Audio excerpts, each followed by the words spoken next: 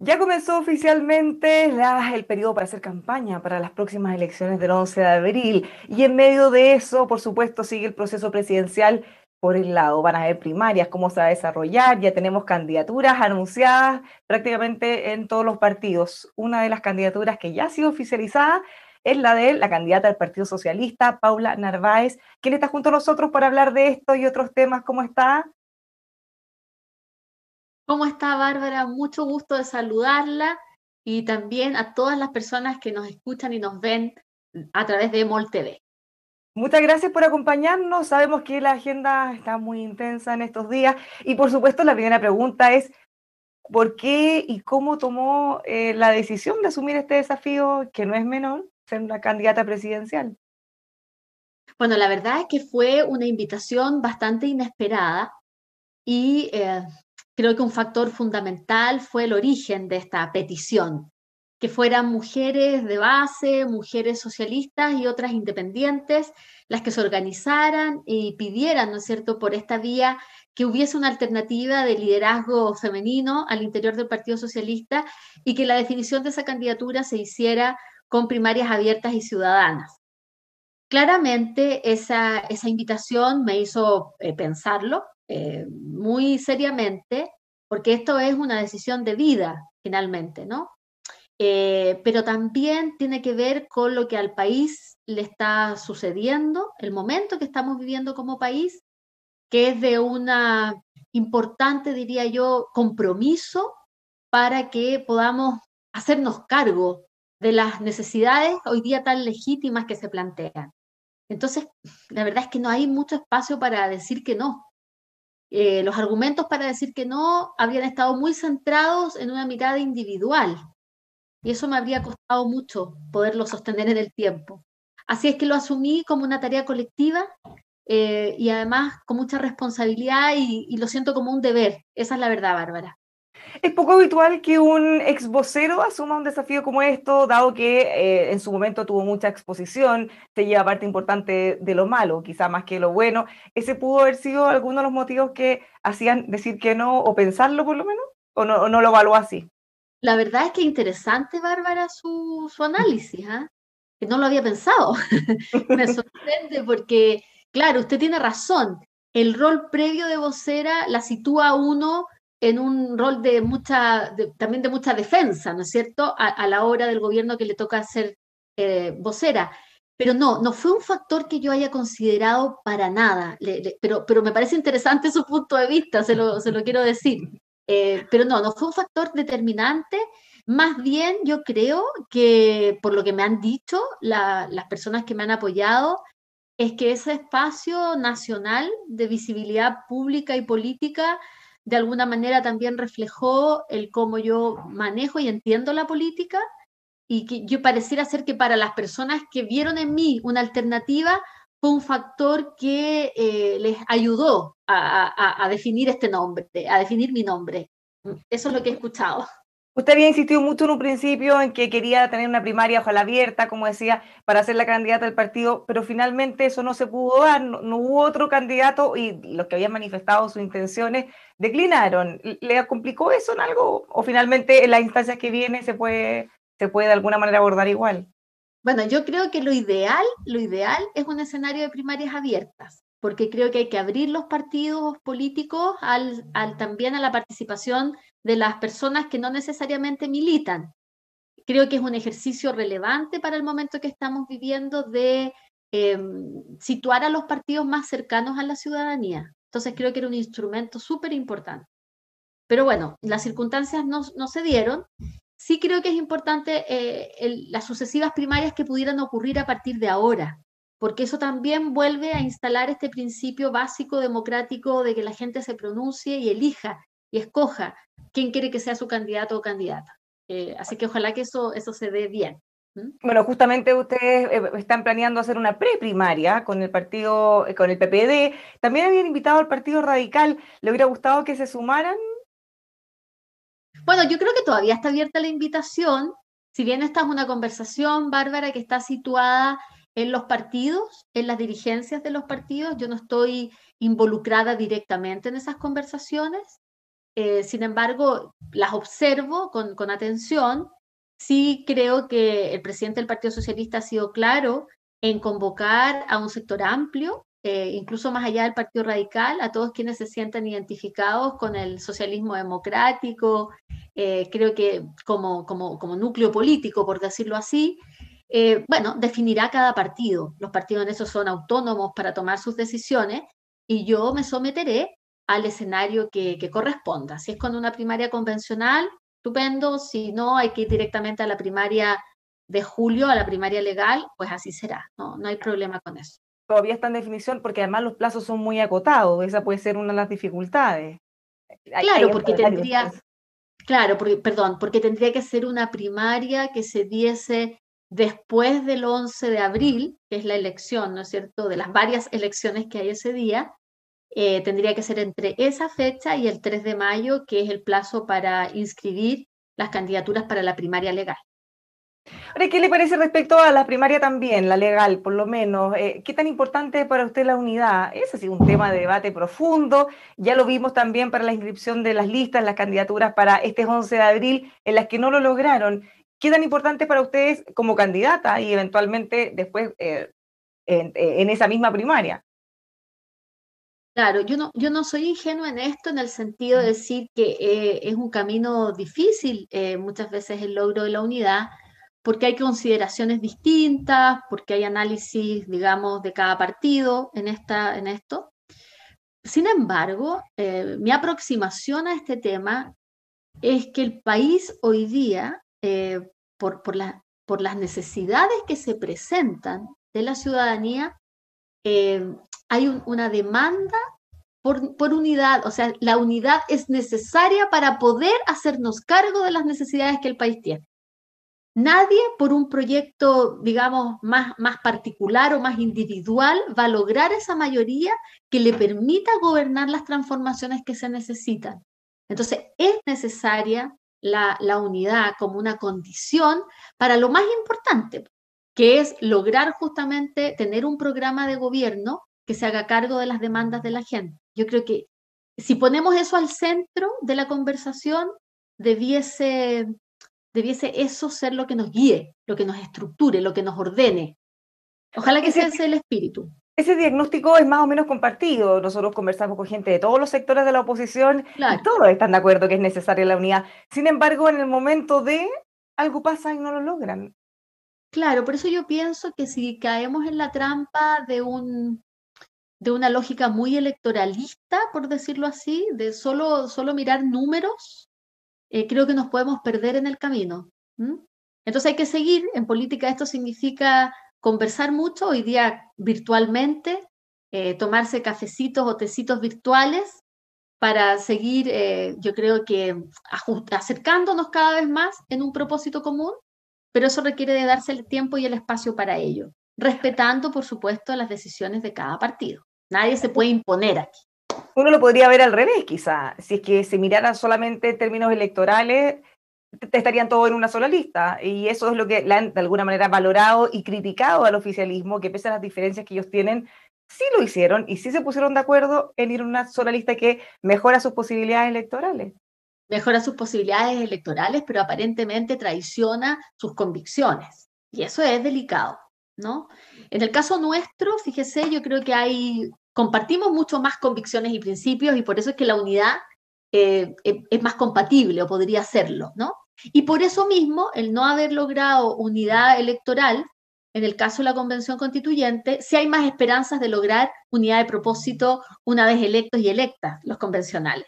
Entonces, sin embargo, en el espacio del Chile Vamos, de la derecha, aparentemente hay diferencias. Ellos han señalado que hay una derecha democrática, por decirlo así, que se une instrumentalmente con una derecha extrema, donde claramente no hay aparentemente un consenso de miradas, sin embargo van unidos.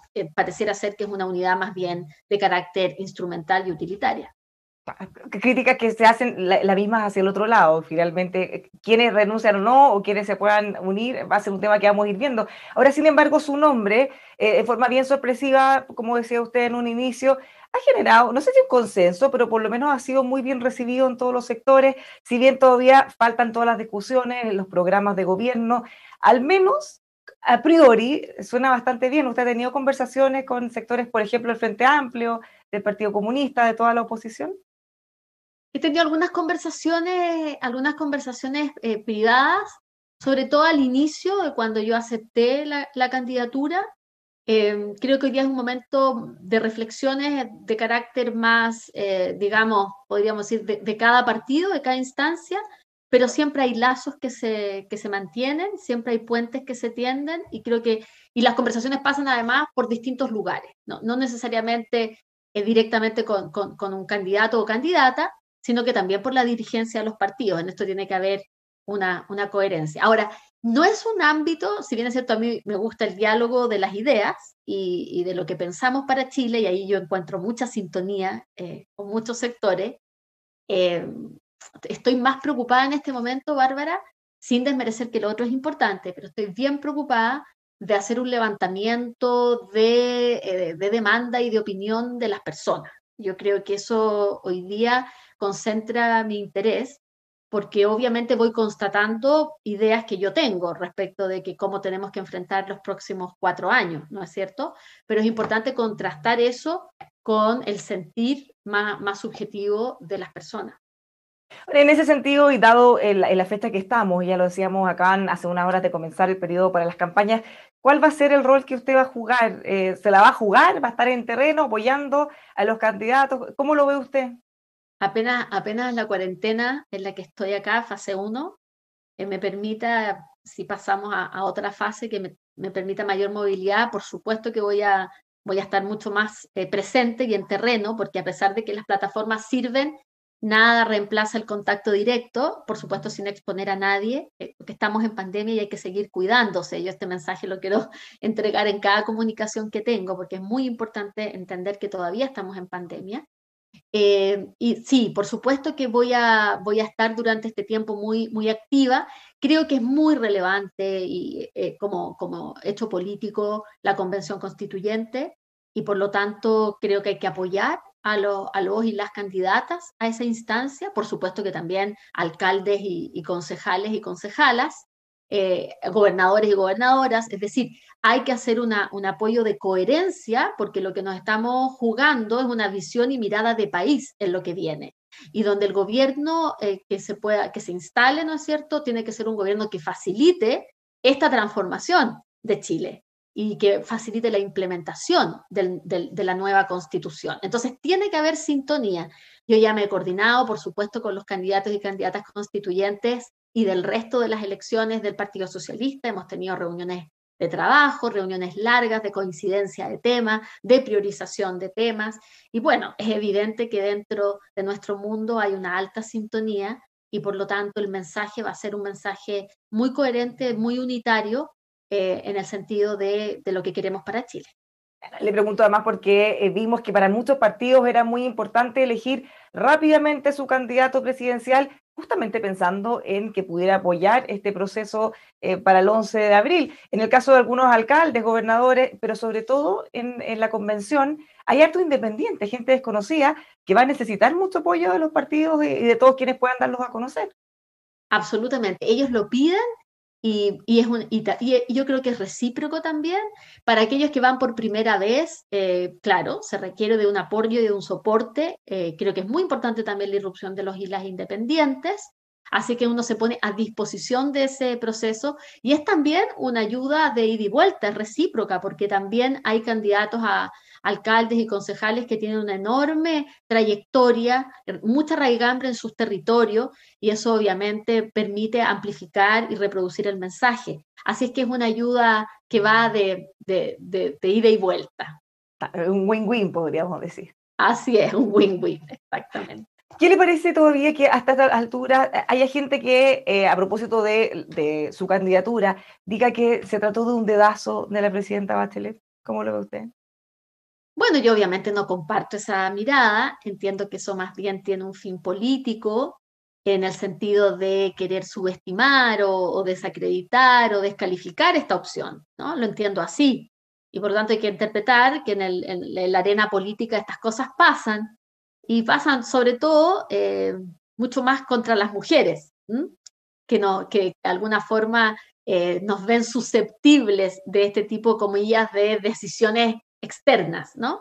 Y que además alude a una práctica que no es una práctica en Chile, ¿ah? No está en nuestra institucionalidad, etcétera. Entonces, no la comparto, creo que tiene ese fin, un fin de menoscabar políticamente esta opción, pero tampoco me preocupa mucho porque sé perfectamente quién soy yo, sé perfectamente cuál es mi potencialidad y también cuál es mi trayectoria. eh, y esa trayectoria está avalada por la experiencia concreta y directa, tanto en la administración pública, en cargos subnacionales como nacionales.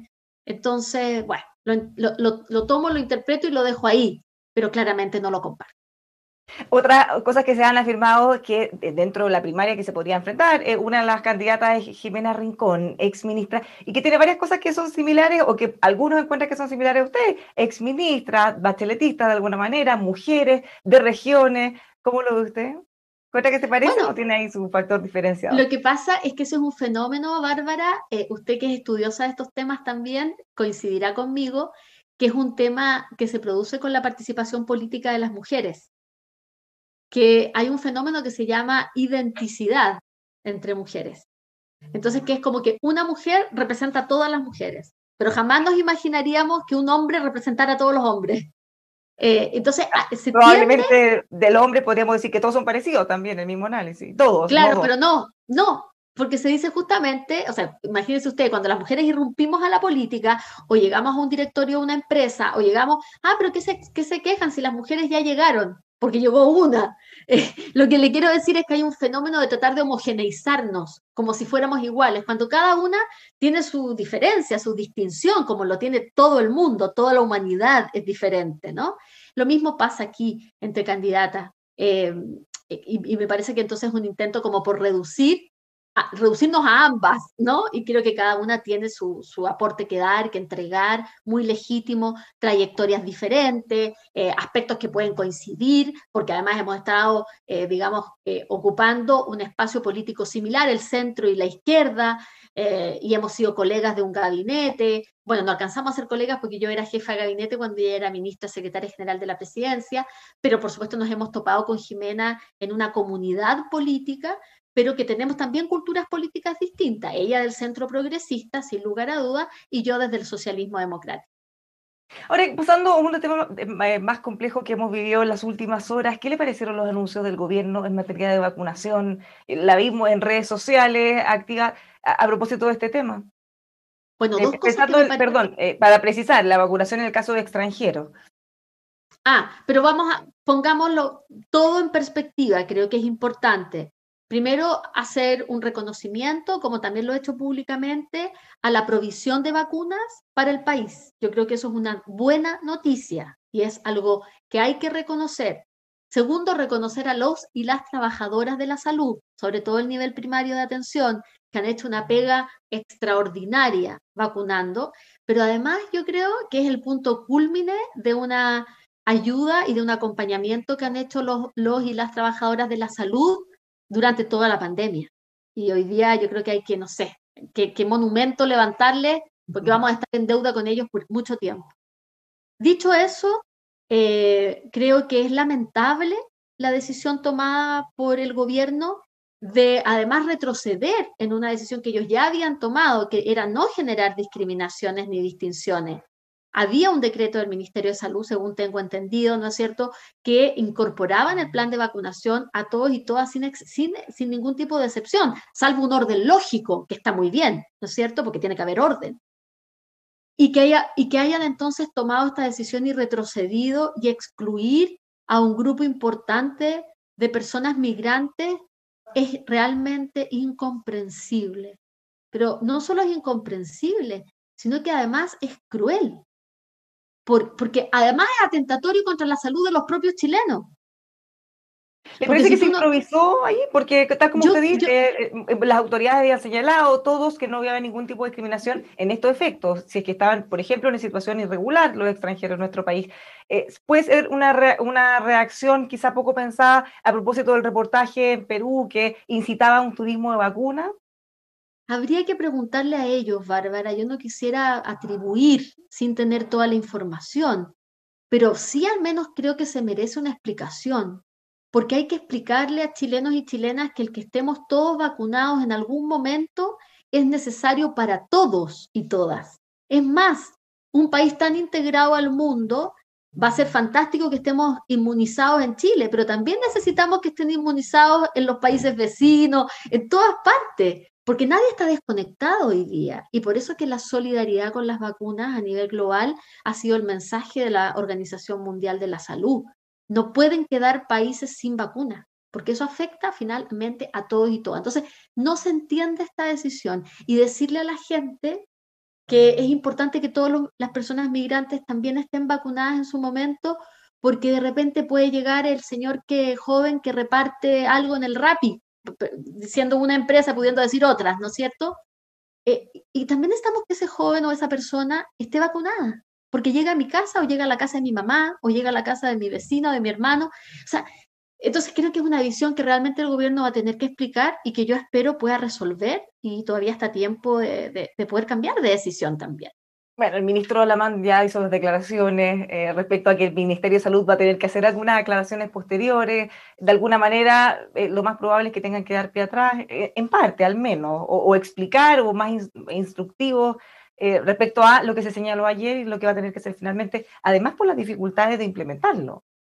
Así es, pero además esto es atentatorio desde la lógica sanitaria y es atentatorio desde una lógica eh, digamos, de cómo se debe proteger y tratar a las personas, sean migrantes o no sean migrantes. O sea, va en contra de todo lo que hoy día en el mundo se está promoviendo. Entonces creo que se requiere realmente una explicación mejor para esto. Ahora, Sí. detrás de esto hay otra crisis que tenemos que enfrentar, que tiene que ver con la crisis de migración. ¿Cómo debería abordarse ese tema de fondo que hemos visto que cada cierto tiempo se intensifica? Situación muy crítica hemos visto en Colchane en los últimos días. ¿Cómo cree usted, como candidata presidencial también, que debería enfrentarse este tema? Primero creo que hay que distinguir. No toda ola migratoria es una crisis humanitaria. En el caso, por el volumen, ¿no es cierto? En el caso de lo que ha sucedido en Colchane, es una crisis humanitaria que tiene una causa. ¿M? Y esa causa está dada por una situación de los y las venezolanas en su país de origen.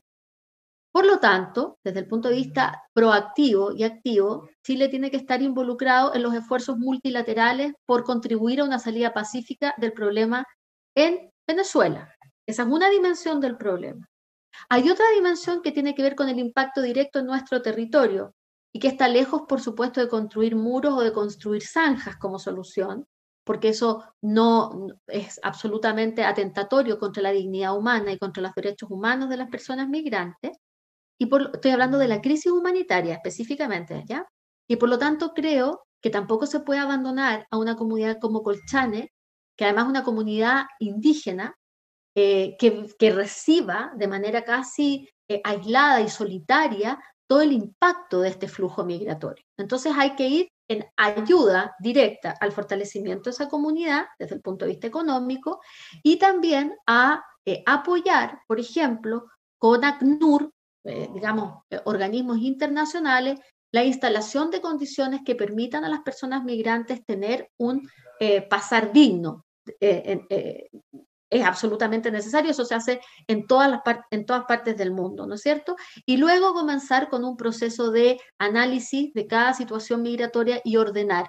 Lo que hizo Colombia, que es un gobierno bastante cercano, podría decir yo, al gobierno actual de Chile, en términos, digamos, de ideas, etcétera, han estado juntos en varias acciones, y lo que hizo el gobierno del presidente Duque hace unos días fue algo que va en la línea correcta, que es, ¿no es cierto?, documentar, aunque sea transitoriamente, a esas personas de manera de que puedan ser asistidas y respetadas en sus derechos.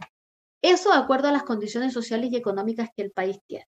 Eso respecto de lo humanitario, donde además estamos obligados por los tratados internacionales que tenemos al respecto. Desde el punto de vista de la migración en general, bueno, Chile necesita obviamente actualizar sus medidas en cuanto a migración. Esto no se trata bajo ningún concepto de tener fronteras abiertas donde aquí se recibe a todo el mundo, porque eso no lo puede hacer ningún país. Pero tampoco podemos tapar el sol con un dedo. Migración va a seguir habiendo. Y hoy día, de acuerdo a la nueva dinámica de migración, que ha cambiado mucho, porque la dinámica de migración antes en América Latina era, por ejemplo, principalmente masculina. Hoy día migran las familias completas, migran mujeres con sus niños y niñas. Tenemos una situación distinta. ¿Tenemos que taparnos los ojos, mirar para el techo? No, no se puede. Hay que enfrentar esta realidad con una legislación fuerte que permita, por supuesto, observar estos tres principios de ordenada, ¿no es cierto?, regular y segura de la migración, y con una fuerte presencia, diría yo, en la cooperación internacional. Bueno, pero Porque este es un justamente a tema que al final... propósito, en esta misma línea, fue muy criticado el gobierno de la presidenta Bachelet por sus políticas migratorias. El gobierno actual ha señalado que tuvieron que ellos llegar a ordenar la casa. ¿Cómo ve usted eso? ¿Qué cosas quizás se hicieron mal mirando hacia adelante? ¿O qué cosas deberían cambiar? O bien si el lineamiento del gobierno está en lo correcto, deberíamos seguir por ese mismo camino. Un aspecto del gobierno de la presidenta Bachelet, porque hubo varios en materia de migración, creo que obviamente es una figura un poquito también caricaturesca, decir que había un desorden terrible, que esto no tenía ningún tipo de borde. No es así. De hecho, nosotros en agosto del 2017, entiendo, si no me falla la memoria, presentamos el proyecto de ley de migración en el gobierno de la presidenta Bachelet. Y claro, quizá la crítica podría ser, Bárbara, haberlo podido ingresar antes, ¿no? Y que hubiese habido un mayor tiempo de discusión antes de que dejáramos el gobierno para poder consolidar ese proceso. Pero no hubo inacción, hubo acción respecto de eso, justamente porque además nos tocó vivir en esa etapa este cambio drástico y esta presión mayor de población migrante. Ahora, esta es una realidad que significa que hay que fortalecer la institucionalidad para poder atender las necesidades de los y las migrantes. Eso es una realidad, absolutamente, que hay que fortalecer nuestra capacidad normativa también para esto, y vuelvo a insistir, hay que fortalecer nuestra participación en los espacios multilaterales. Ahora, me parece que este gobierno, más allá de criticar el pasado, ¿no es cierto? Cuando uno asume un gobierno, asume todo, lo bueno y lo malo que tiene el país. Y esa es la fortaleza de gobernar. Uno no se puede andar quejando, ¿no es cierto? Porque si no, bueno, entonces, ¿para qué gobierna? Hay que hacerse cargo. Pero este gobierno, visto lo visto en cuanto a la crisis humanitaria que se ha generado en el norte, creo que primero tiene que ser más proactivo en resolver sus propios problemas, que son los problemas de todos los chilenos y chilenas finalmente, ¿no? Y en eso podemos tener un ánimo colaborativo, por supuesto. Finalmente, y porque ya se nos acabó el tiempo, ¿cuáles van a ser o cuáles son sus prioridades? Yo sé que, por supuesto, todas, pero ¿a qué cosas a usted le gustaría poner más énfasis como candidata presidencial? Bueno, yo creo que hay demandas desde el punto de vista muy práctico de la vida cotidiana, que tienen que ver con estas tremendas brechas de dignidad que siguen existiendo en el pueblo chileno o para el pueblo chileno. Entonces creo que obviamente es impostergable una reforma al sistema de pensiones que realmente fortalezca y signifique un sistema de seguridad social. Es absolutamente necesario una reforma estructural en la salud que nos permita ir a un sistema único, ¿no es cierto?, de salud, a un seguro único de salud también, que permita un acceso de calidad de salud para todos y todas, como lo que hemos vivido y experimentado con la vacuna, apoyándonos en todas las fortalezas que nuestro sistema tiene, pero eso significa hacer una inversión mayor. Y por otra parte, creo también que es muy importante pensar. Por supuesto, no se puede olvidar de la educación sigue siendo un pilar fundamental, pero no nos podemos olvidar de que tenemos que repensar nuestro modelo de desarrollo. Y eso es un poquito abstracto, pero el modelo de desarrollo tiene una dimensión de desarrollo humano muy importante, pero también de desarrollo productivo de nuestra economía, de cómo crecemos. Es importante crecer porque si no, no hay cómo financiar las políticas públicas, pero hay que ver cómo crecemos. Muchas Y solo gracias. una sola cosita, Bárbara, en el tema de la dimensión humana, un sistema de protección social que nos acompañe de la infancia hasta la adultez mayor. Lo podemos desarrollar en una próxima oportunidad. Muchísimas gracias por haber conversado con nosotros y que tenga una buena campaña. Harto Gracias, trabajo. Bárbara. Un gusto conversar con usted también. Que esté muy bien. Muy buenos días. Igualmente, y todos quienes nos acompañan, los dejamos invitados a que sigan junto a nosotros informándose en emol.com.